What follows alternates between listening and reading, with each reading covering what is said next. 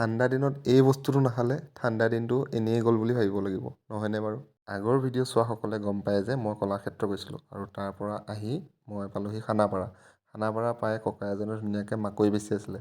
তাৰ পৰা ধুনীয়াকৈ দুটা গৰম গৰম পুৰি লৈ চবেই মানে খাই ল'লোঁ আমি। আৰু লৈ কিনে মই ডাইৰেক্ট বহিলোঁ গাড়ীত। আৰু পিছে খানাপাৰাত মানে ককাজনে বহুত কম দামতে মানে 20 টকাত দি আছিলে, তাকে মানে ল'লোঁ।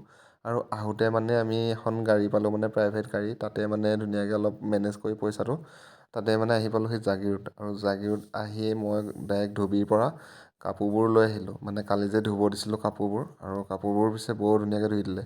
আৰু মই এতিয়া ৰুমলৈ আহি আছোঁ, আৰু ৰুমলৈ আহোঁতে মানে এইখিনি বাটটোত পোৱালিকেইটা মানে সদায় বহুত বেছি দুষ্ট কৰি থাকে। তাৰপিছত বাৰু যি কি নহওক মই আহি পালোঁহি ৰুম, আৰু মোৰ জেকেটটো মই চাইছোঁ যে ভালকৈ ধুলে নে নাই।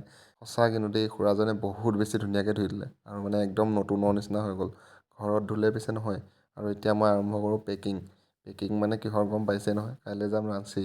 আৰু এইফালে পাৰ্থৰ লগত কথা পাতি পাতি মই আৰম্ভ কৰিলোঁ পেকিং। আৰু সিও মানে বহুত মানে কিছুমান ফটুৱা কথা কৈ আছিল, তাকে মানে মোৰ কথা পাতি পাতি দুয়োটাই পেকিংখিনি কৰিলোঁ। সি তাৰ ভাগৰ পেকিং কালিয়ে কৰিলে, আৰু মইহে পিছে আজি মানে লেটকৈ কৰিলোঁ।